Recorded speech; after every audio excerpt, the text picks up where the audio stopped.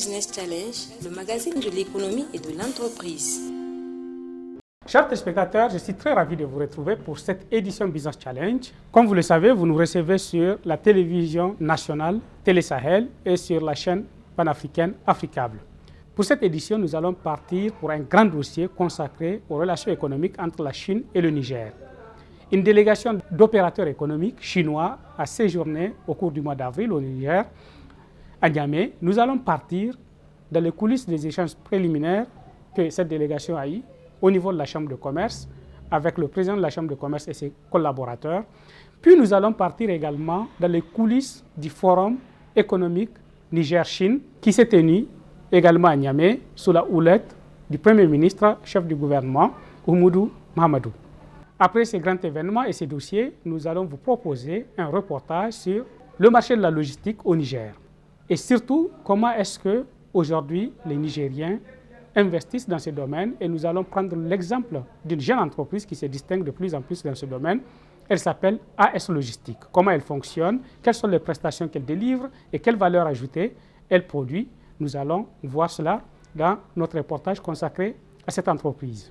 Et puis nous clôturons cette édition avec un sujet sur l'autonomisation des femmes à travers la tontine. Comme vous le savez, la tontine est une pratique ancrée au Niger et elle permet de plus en plus aux femmes de mieux s'en sortir parce qu'elles disposent à travers ces mécanismes de moyens de financement de leurs activités et aussi, surtout, parce qu'à travers la tontine, les femmes arrivent à se soutenir mutuellement pour être plus autonomes sur le plan économique. J'espère que le programme de cette édition vous plaît. Soyez confortables dans vos sièges pour 52 minutes d'informations sur l'entrepreneuriat, l'économie au Niger. Mais comme vous le savez, nous gardons toujours une perspective sur notre sous-région. A tout de suite.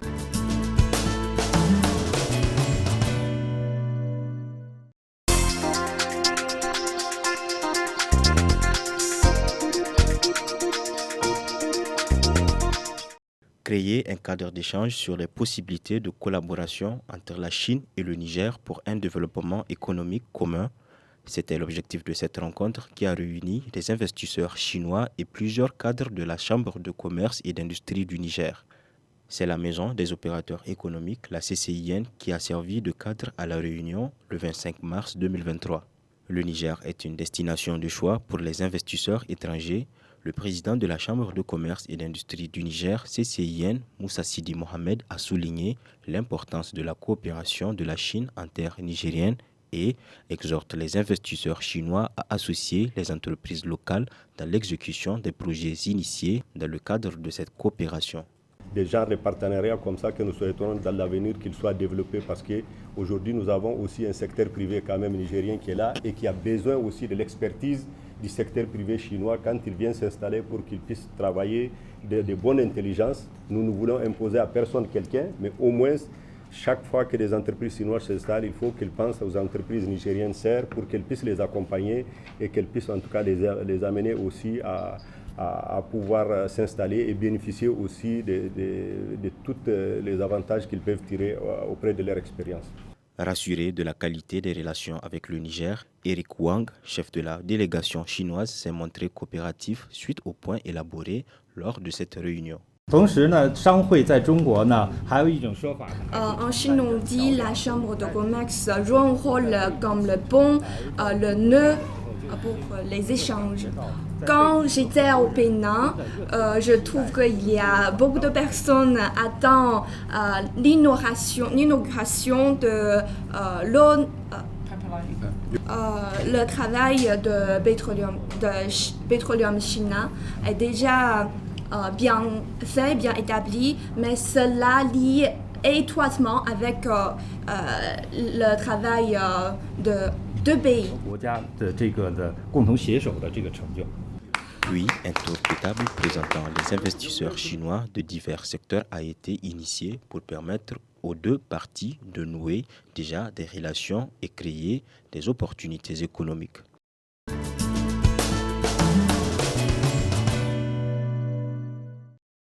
Après cette rencontre, un forum sur l'investissement a été organisé le mercredi 26 avril 2023 au Centre de conférence internationale Mahatma Gandhi de Niamey.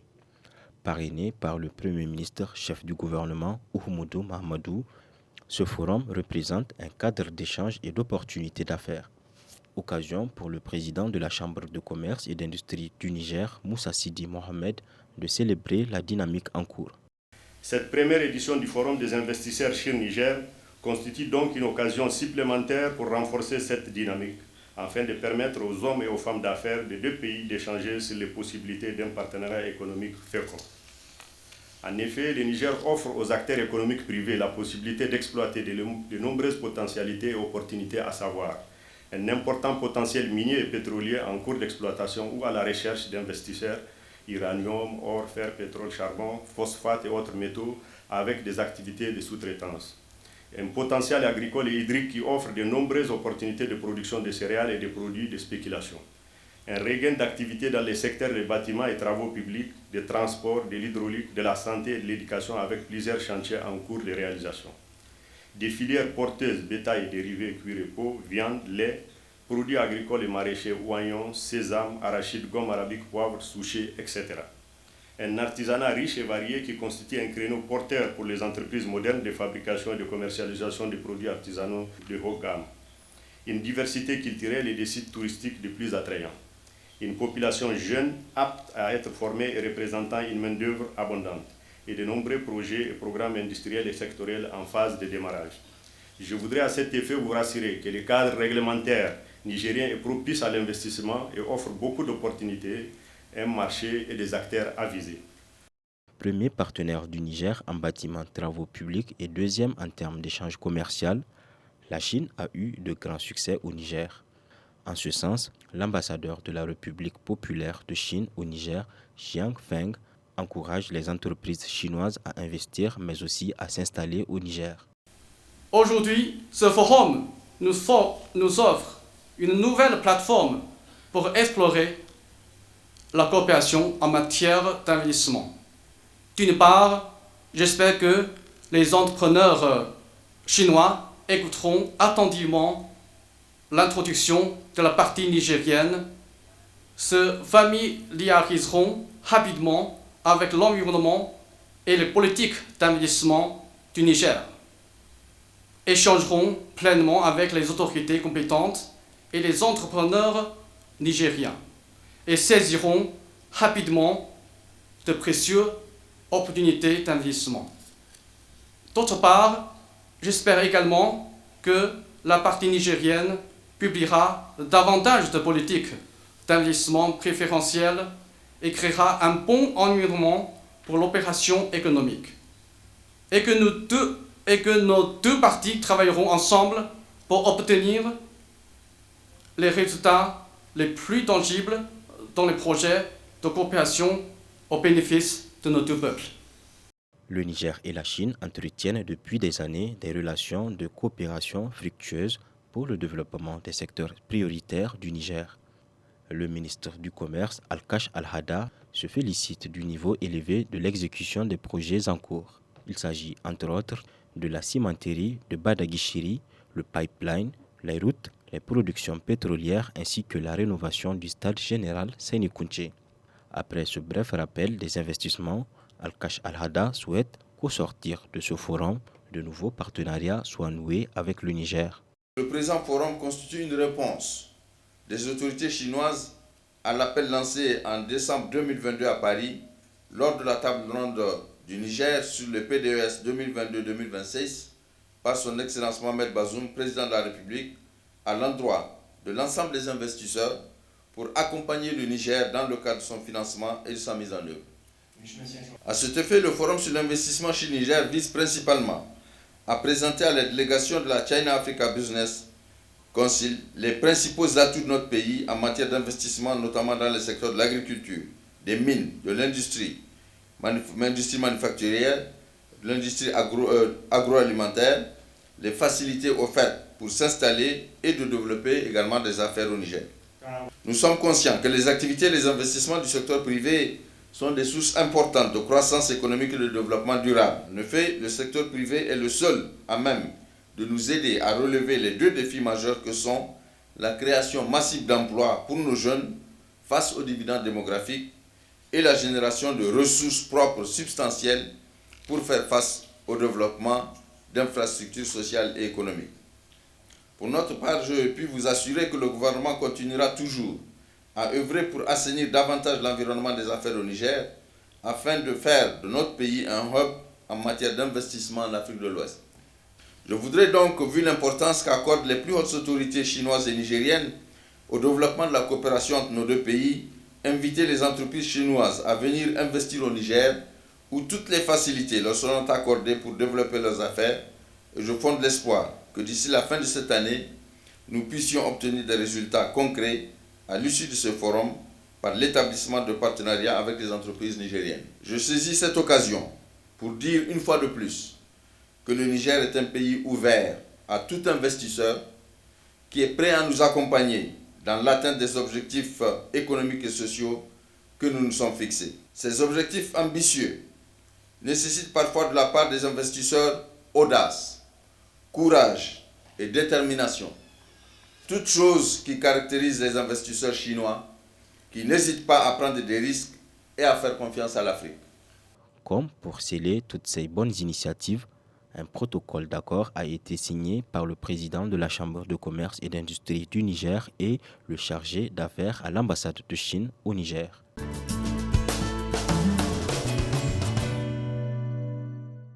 Le forum sur l'investissement au Niger ne s'est pas résumé au discours. Un certain nombre de présentations ont été faites. D'abord, c'est le ministère des Finances qui a argumenté sur les opportunités d'investissement au Niger, les avantages fiscaux et administratifs. Dans le cadre du renforcement de la gouvernance, nous avons mis en œuvre ou en place des institutions ou des instruments, notamment par exemple l'Agence nationale pour la promotion des investissements et des projets stratégiques, qui constitue en fait une porte d'entrée unique pour les investisseurs étrangers, mais aussi nationaux, dans le cadre des investissements privés. Dans le même sillage, nous avons la maison de l'entreprise qui constitue aussi un mécanisme ou un instrument qui permet la célérité et la simplification dans la procédure de création des entreprises pour le secteur privé, notamment les PME, avec la réduction drastique en fait, du temps de création des entreprises en moins de 72 heures. Toujours dans le même esprit de simplification et de rationalisation, nous avons mis en place le guichet unique pour le commerce extérieur qui constitue la plateforme en fait, de dématérialisation des procédures d'exportation et d'importation pour les entreprises qui est opérationnelle aujourd'hui et qui continue en fait, d'être opérationnelle pour l'ensemble de tous ces volets et qui permet à nos opérateurs économiques d'avoir la célérité et l'efficacité de leurs procédures d'exportation ou d'importation.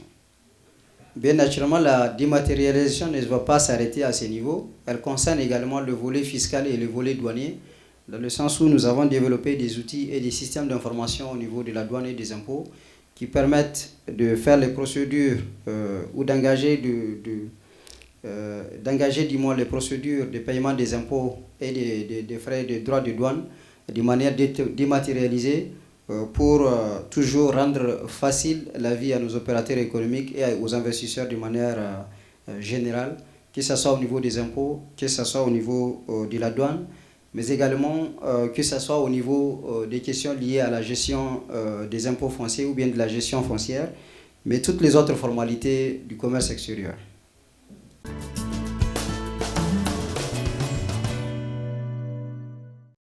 Donc, en ce qui concerne le volet fiscal, je pense que tout à l'heure, dans les différents discours, on a rappelé l'ensemble de tous les instruments en place, que ce soit le Code des investissements, qui est un outil permettant de bénéficier aux investisseurs de certaines facilités fiscales, en particulier des facilités liées aux exonérations, que ce soit dans la phase d'investissement, mais aussi dans la phase d'exploitation.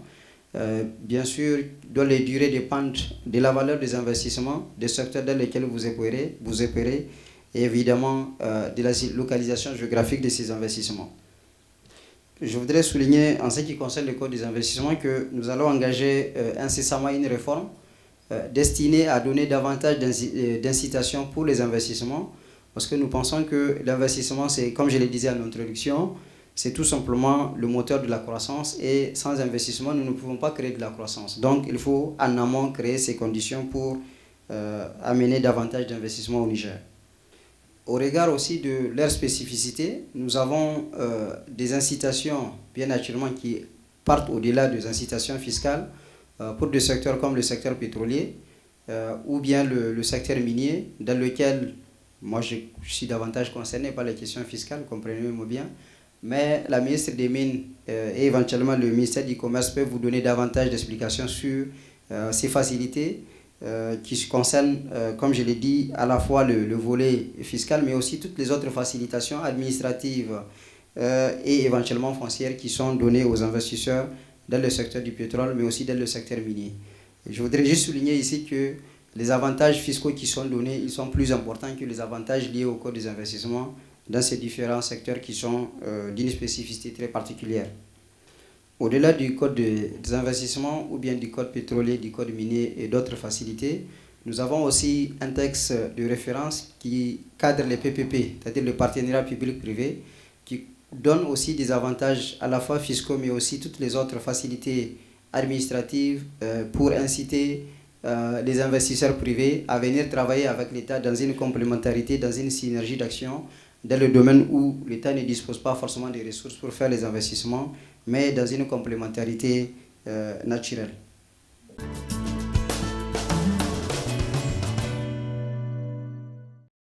Voilà, je voudrais finir avec les incitations fiscales, avec le dernier que nous avons prévu au titre de la loi des finances 2023, qui concerne 3 secteurs, le secteur des transports, le secteur industriel et le secteur agricole.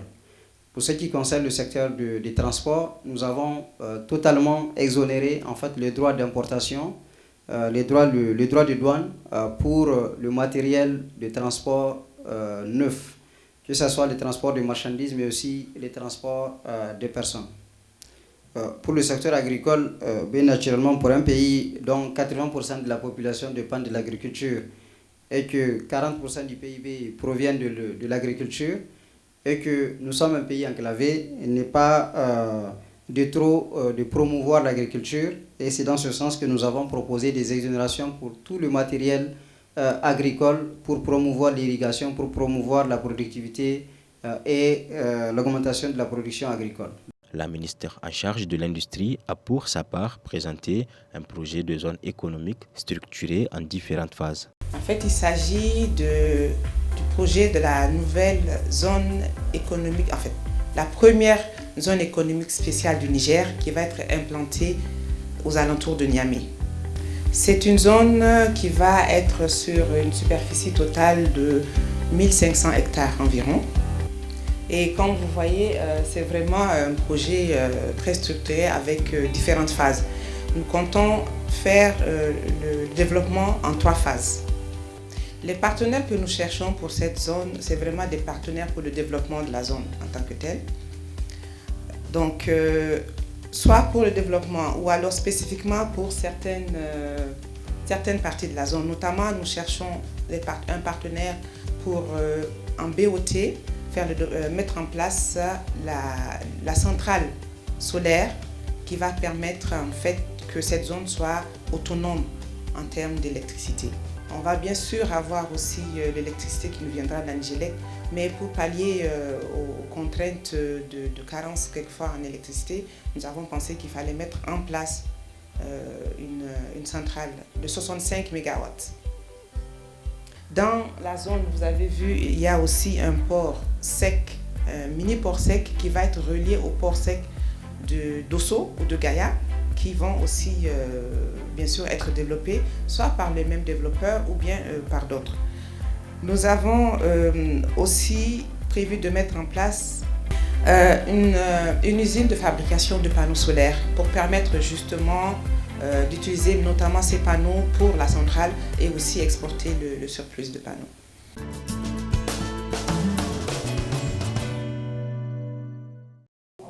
Il y a aussi, entre autres, des partenaires que nous cherchons au niveau de cette zone pour l'exploitation des déchets, soit la transformation des déchets en énergie ou alors en engrais notamment. Voilà, surtout les déchets qui vont être produits au niveau de la zone industrielle. Nous avons prévu aussi une usine d'aliments, de production d'aliments pour bétail et une usine de production d'aliments pour bétail, notamment aussi éventuellement une usine de fabrication d'engrais, soit au niveau de la zone, ou soit sur les sites, parce que bon, là, nous avons le phosphate qui est plus au niveau de la région de Tawa. Donc, dépendamment du partenaire, de l'investisseur, il nous dira s'il veut être au niveau plus proche de la matière première ou bien venir dans cette zone qui va être beaucoup plus structurée.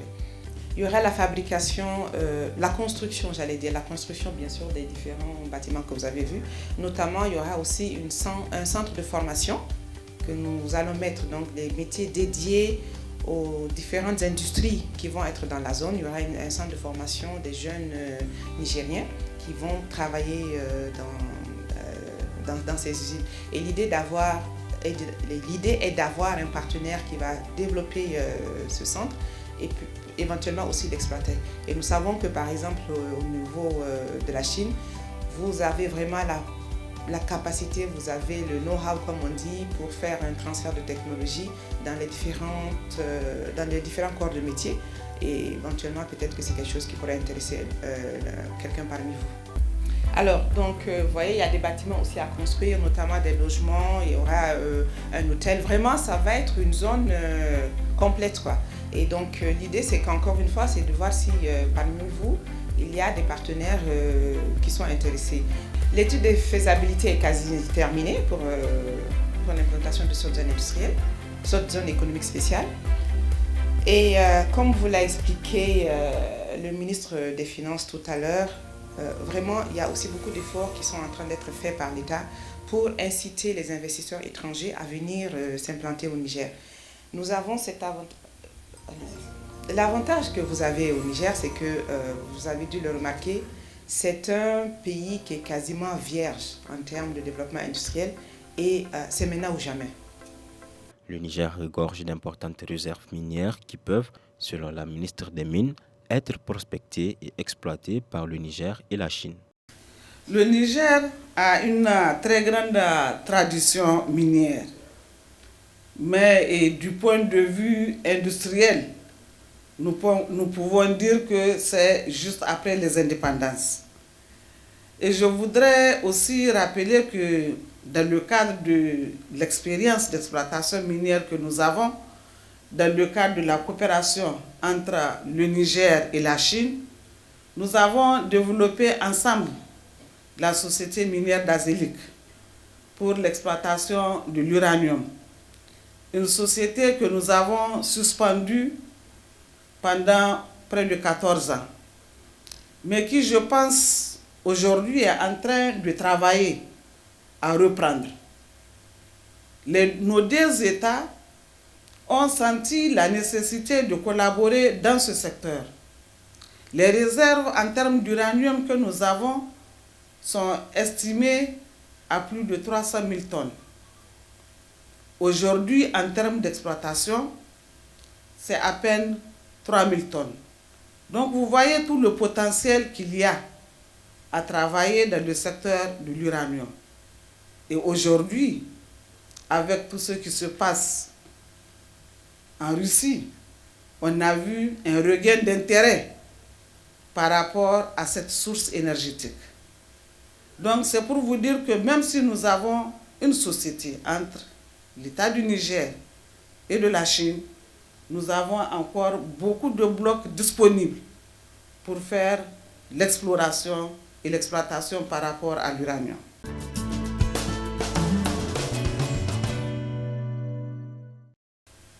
Une autre opportunité minière que nous avons, c'est au niveau de l'or, où les réserves sont estimées à plus de 25 000 tonnes métal. Et aujourd'hui, nous avons une seule société industrielle qui nous produit moins de 3 000 kilos. C'est vrai que nous avons plus de 300 unités semi-mécanisées. Mais quand on parle d'industrialisation, je pense qu'on parle d'unités durables, structurées, qui peuvent profiter autant à l'investisseur qu'à l'État. Donc pour nous, les exploitations semi-mécanisées sont un pas pour aller vers la mise en place d'unités industrielles permettant de faire valoir ce potentiel important d'or. Nous avons de l'or de meilleure qualité, en tout cas en Afrique. Je ne connais pas les autres continents, mais je sais qu'en Afrique, l'or du Niger est de meilleure qualité.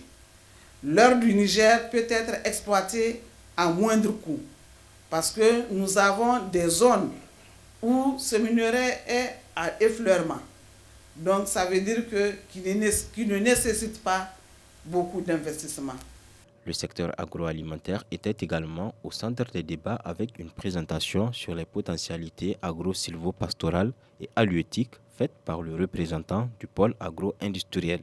Nous avons 11 millions d'hectares de terres irrigables et 16 millions d'hectares de terres pâturables.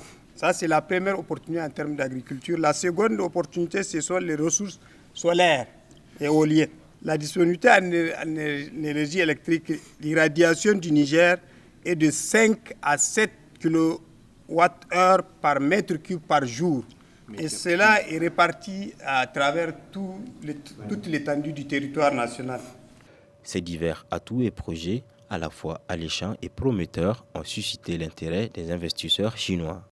En tant que producteur et fournisseur de pesticides, nous devrions travailler ensemble main à main avec vous pour développer le domaine de l'agriculture du Niger. J'en suis sûr que ma société va apporter des solutions par rapport à l'augmentation productive dans les domaines de l'agriculture. Elle va aussi apporter des solutions pour certains problèmes qui sont déjà dans la production de la productive. Donc moi, personnellement, je m'intéresse beaucoup par rapport aux productions de pesticides, ainsi que les policiers qui sont favorables et préférentiels pour les investisseurs dans le domaine de l'agriculture.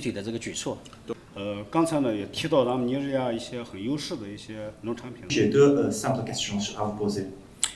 La première question, c'est que je voudrais que le ministère de l'Agriculture de bien clarifier, parce que vous avez mentionné qu'ici nous avons assez abondante de ressources de l'agriculture, ainsi que c'est un pays exportateur. Nous, quel genre de mesures concrètes en tant qu'investisseur peut venir ici et mener dans les domaines de l'agriculture? La deuxième question, c'est par rapport à Madame la ministre de l'Industrie. Elle a bien présenté le zone économique du pays. Ça nous intéresse beaucoup. Je voudrais bien savoir, après, comment on peut bien suivre ce développement. Est-ce que maintenant c'est toujours dans une phase de faisabilité? Est-ce qu'il y aura une personne de contact ou un mécanisme? On peut bien suivre ce projet.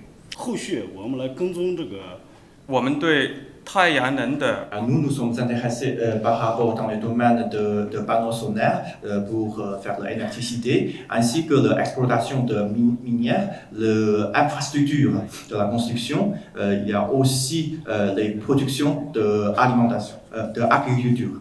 Tout à l'heure, j'étais très encouragé par rapport à ce que le ministre de la Finance a présenté par rapport aux policiers avantagés dans les domaines de taxes et des impôts. Je voudrais vous poser une question. Si nous sommes fondés avec une société de l'entité locaux, comme une consortium, est-ce que nous avons toujours bénéficié de ce genre de policy que vous avez mentionné tout à l'heure?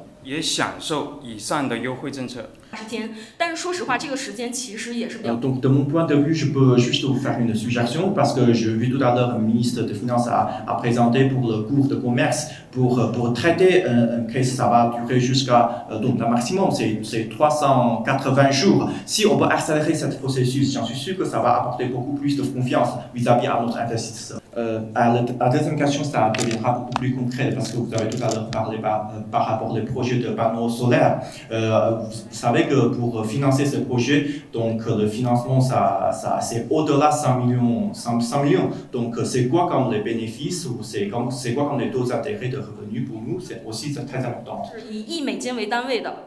Ces préoccupations ont été prises en compte par le ministre des Mines et celui des Finances. À travers notre organisation communautaire OADA, il y a des règles qui sont définies pour la création des sociétés et entreprises locales. Et il y a des moments où l'État même prend des participations, surtout quand il s'agit des produits stratégiques. Mais il y a des moments où l'État même prend des participations, surtout quand il s'agit des produits stratégiques. Mais il y a des moments où l'État même prend des participations, surtout quand il s'agit des produits stratégiques. Mais il y a des moments où l'État même prend des participations, surtout quand il s'agit des produits stratégiques. mais la participation de l'État peut être soit à travers des entités publiques ou alors directement, mais elle est toujours limitée à un maximum de 40%. Pour le moment, depuis que nous avons commencé, il n'y a pas eu une participation qui a même atteint ce niveau de 40%. Pour nous, l'intérêt, c'est de dire que l'investisseur, quand il vient notamment à la phase recherche, il investit ses fonds, il prend des risques. Et nous l'accompagnons avec les avantages que nous pouvons lui accorder. Maintenant, dans le cadre de la prise de ces risques, au niveau minier, nous avons défini une période maximale de 10 ans, séquencée 3 fois. Vous donne une autorisation de 3 ans. Après, si vous n'avez pas arrivé à un potentiel exploitable, on renouvelle 2 fois, ça fait 9 ans, et vous avez la 10e année pour développer votre business plan.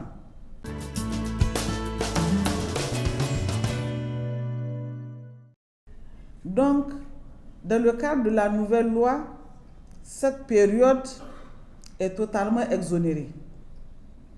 Dans le cadre de la nouvelle loi, cette période est traitée directement entre le ministre et l'opérateur. Donc, ça veut dire que c'est une période qui est traitée très rapidement. Alors qu'avant, quand vous demandez un permis de recherche, ça fait un circuit qui peut prendre 6 mois. Aujourd'hui, si vous respectez vos règles telles qu'elles sont définies, la loi minière étant publiée dans le journal officiel du Niger, donc elle est publique, vous prenez attache avec les techniciens, on vous explique comment développer votre dossier, donc très rapidement, vous pouvez avoir votre autorisation. Les avantages ne sont pas liés à la nationalité de l'investisseur. Vous êtes une entreprise pour la recherche, il y a des avantages pour la recherche. Vous êtes une société qui exploite, il y a des avantages pour l'exploitation. C'est comme ça qu'il faut le comprendre. Éviter les fautes, c'est respecter les règles, respecter les normes. On peut ne pas comprendre, mais avec le dialogue, on peut améliorer les relations. Ce qui est attendu des investisseurs, notamment dans le domaine agricole, les facilités en ce qui concerne la production des panneaux solaires, la rentabilité ou le taux de rentabilité, les avantages pour je crois que c'est sur les panneaux solaires toujours, sur l'énergie, et puis le délai de traitement des litiges ou contentieux au niveau du tribunal de commerce. Quand on regarde le domaine agricole, comme je pense que ça a été présenté tout à l'heure concernant les pôles agro-industriels, on a parlé d'un pays qui dispose d'un potentiel de 19 millions d'hectares de terres arables, de 32 milliards de mètres cubes par an d'eau, comme on appelle, d'eau disponible, de 2,5 milliards de mètres cubes d'eau renouvelable chaque année, de plus de 70 millions de têtes de bétail ou de cheptel. Donc un potentiel qui est là évident qu'il faut mettre en valeur.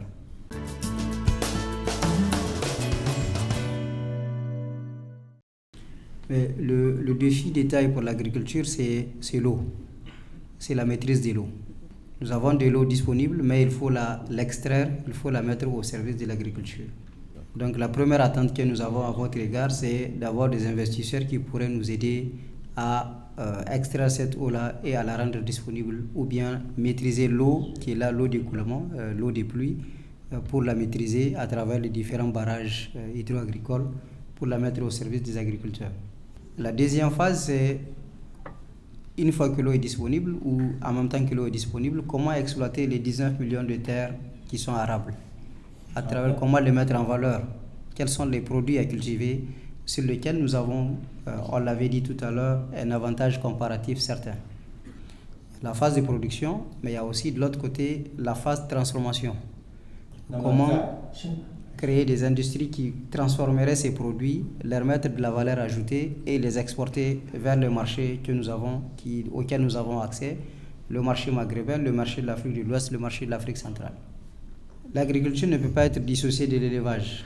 Quand vous produisez, vous avez aussi 70 millions de têtes de bétail qui sont régénérées, qu'il faut transformer. C'est de la viande à produire, à exporter dans d'autres pays.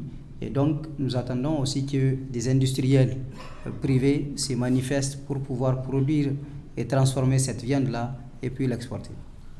Je voudrais vraiment assurer nos amis chinois qu'au Niger, la sécurité juridique de leur investissement sont garanties et la sécurité juridique des engagements que le Niger prend à travers les contrats sont également garanties. Le Niger reste donc ouvert aux investissements avec des facilités accordées par l'État, comme le témoignent certains chefs d'entreprise.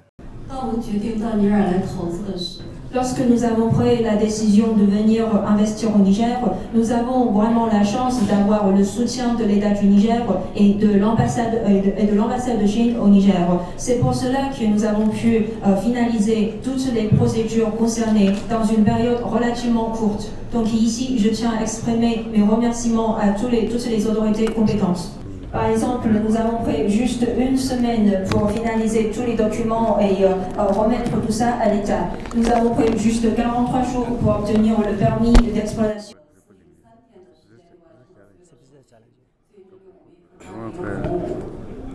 Il s'agit d'une expérience que nous avons menée dans l'agro-industrie à travers une filiale du groupe Amana, à l'occurrence la société Amana Agro.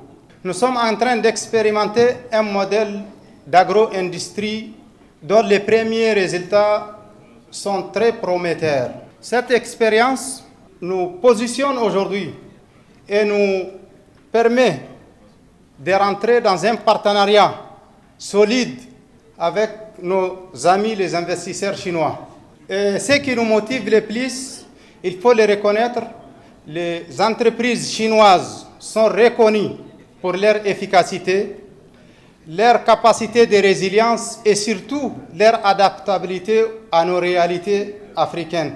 Le forum sur l'investissement au Niger s'est achevé avec des rencontres B2B. Il s'agit là de mener des négociations entre entreprises dans les domaines de l'industrie chimique, l'énergie, la logistique, la finance, l'agriculture, l'infrastructure, la législation, le pétrole, l'industrie minière et le commerce.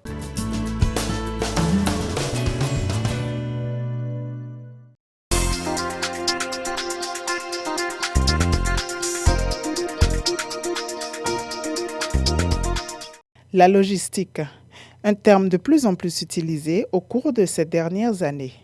En général, la logistique désigne l'ensemble des processus mis en place dans le but de répondre à un besoin précis dans une entreprise.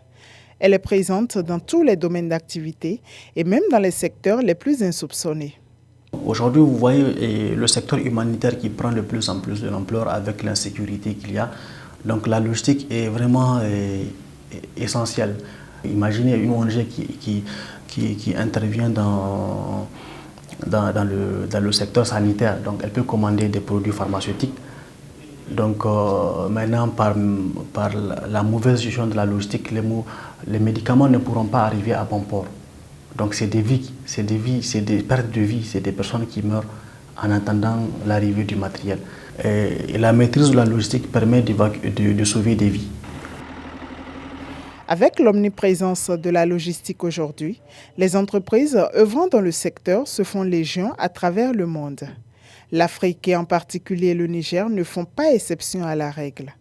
Ainsi, depuis 2017, Assistance Logistique a été créée pour offrir des services particuliers en matière de logistique au Niger.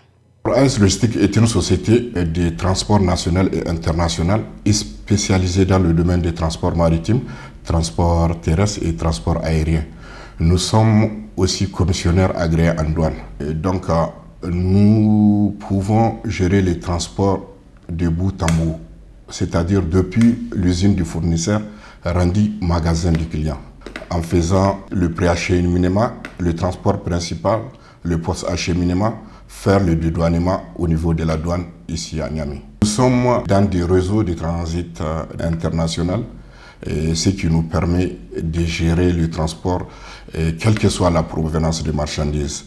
Une entreprise qui, depuis près d'une décennie donc, participe au développement du Niger et s'impose de plus en plus comme un acteur incontournable sur la scène logistique nigérienne grâce à des atouts particuliers. Nous sommes représentés un peu partout. Et quand vous prenez à Cotonou, parce que le corridor de Cotonou, c'est le corridor le plus proche et le plus sécurisé. Et donc nous sommes représentés là-bas. Nous avons une équipe dynamique, AS Logistique, pratiquement composée de jeunes, ici de différents instituts de la place. Oui, donc vraiment, ça c'est une force de frappe et il y a certains qui ont eu à travailler dans des multinationales aujourd'hui, qui ont apporté leur expérience aussi au sein des AS Logistique. C'est ce qui fait aussi notre force, c'est la vision. Nous avons une vision, nous savons d'où nous venons, nous savons où nous partons. C'est ça AS Logistique, c'est une vision claire et définie. AS Logistique est forte d'une centaine d'employés, issus de divers horizons et qui a de belles perspectives d'évolution.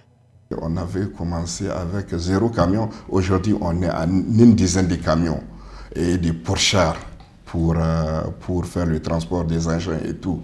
Nous sommes encore en train de voir comment acquérir beaucoup de camions pour vraiment desservir nos clients et desservir la sous-région. Nous avons le projet d'ouvrir des succursales et tout dans les différents pays de la sous-région. AS Logistique contribue de son mieux à développer le Niger en créant des emplois, mais aussi en participant à l'accroissement des activités des entreprises, des institutions et autres à travers le règlement de leurs diverses problématiques liées à la logistique.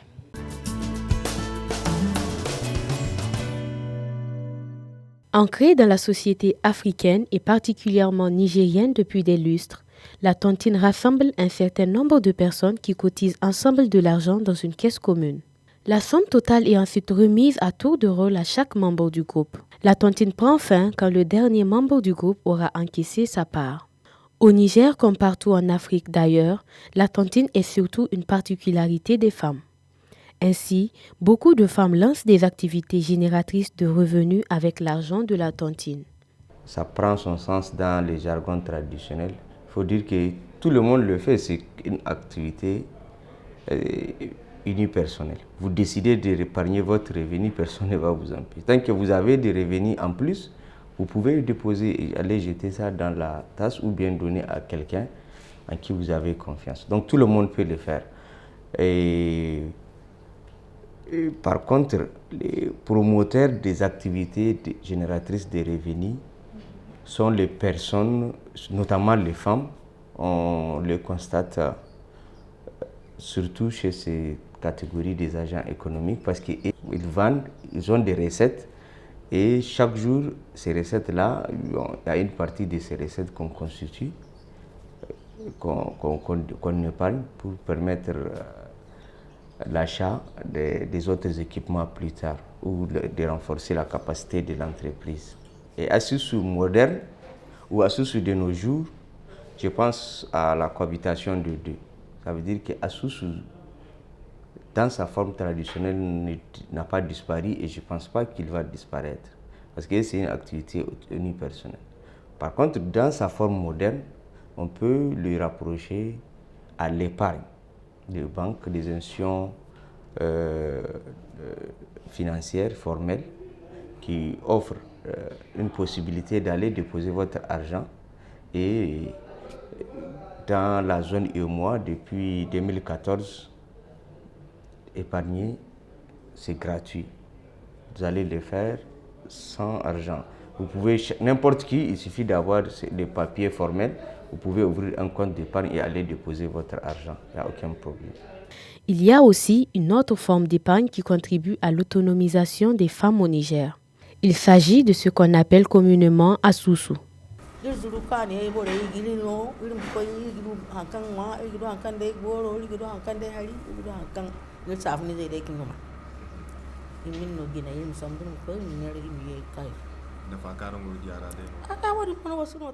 Nous venons ici pour avoir des prêts afin de subvenir à nos besoins. Ce sont des prêts en vivres avec lesquels nous faisons du commerce. C'est mieux pour moi que de rester à la maison à ne rien faire et quémander de l'argent auprès de mes proches. Certaines parmi nous élèvent des petits ruminants. Nous prenons généralement du mil, du niébé et du maïs. Nous arrivons ainsi à joindre les deux bouts grâce à ces prêts.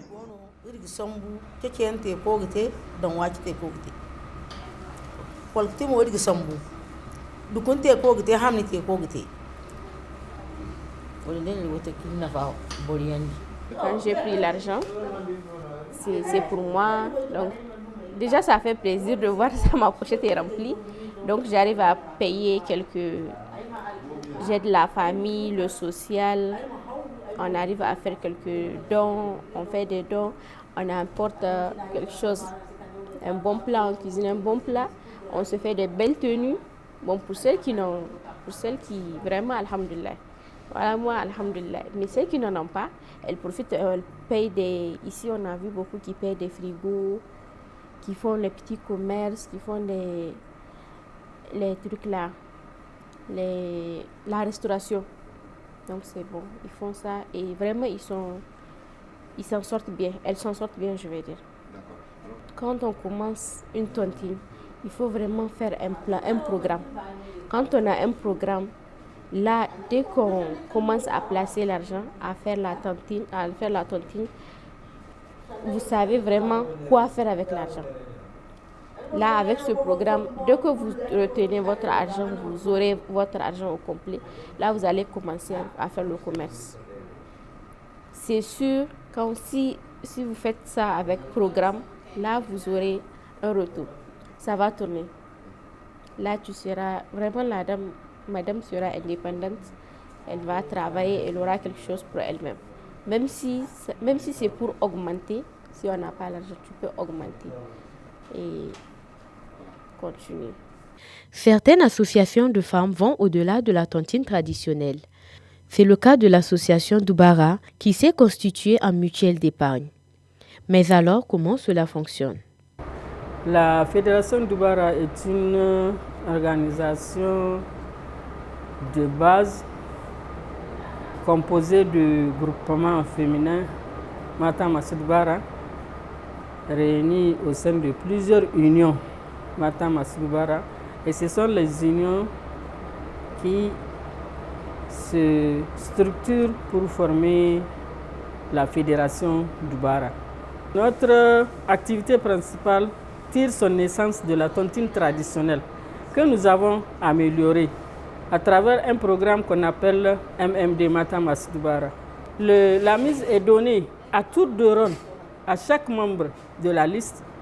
Là, plusieurs femmes du groupement ont simultanément accès au crédit grâce à la collecte de leur épargne. La collecte se fait par semaine. Une collecte hebdomadaire de cotisation. Chaque femme apporte sa cotisation et au bout d'un certain temps, plusieurs femmes en même temps ont accès au crédit.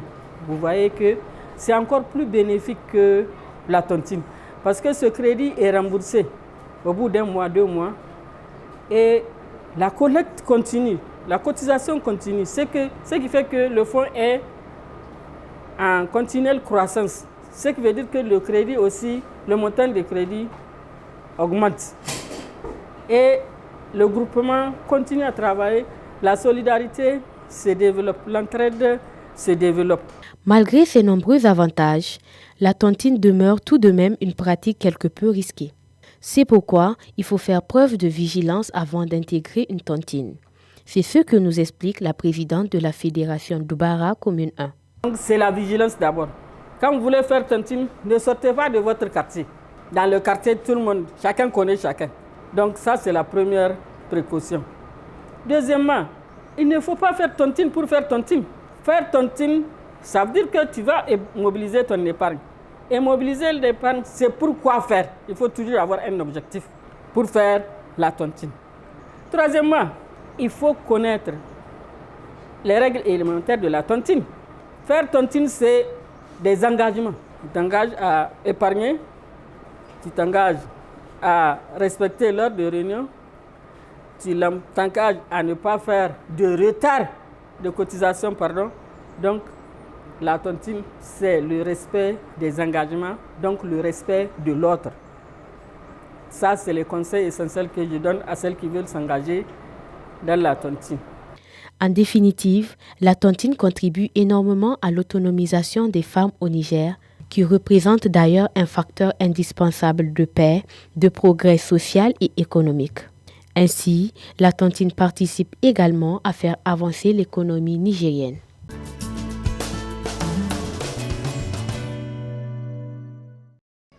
Chers téléspectateurs, j'espère que vous avez agréablement suivi cette édition et que vous en avez tiré un très bon profit. Comme vous le savez, vous pouvez toujours continuer à interagir avec notre équipe à travers les réseaux sociaux ou visionner nos archives. Vous pouvez le faire sur YouTube, cherchez notre chaîne YouTube. Vous pouvez également interagir avec notre équipe tous les jours à travers notre page Facebook et nos autres réseaux sociaux. Tout comme vous pouvez interagir avec nous à travers la radio Challenge FM 96.6 MHz. C'est la radio des entrepreneurs, la radio du Niger qui avance. Nous allons nous retrouver dans 2 semaines pour une nouvelle édition. Et d'ici là, je vous dis, portez-vous bien et à très vite. Bonsoir.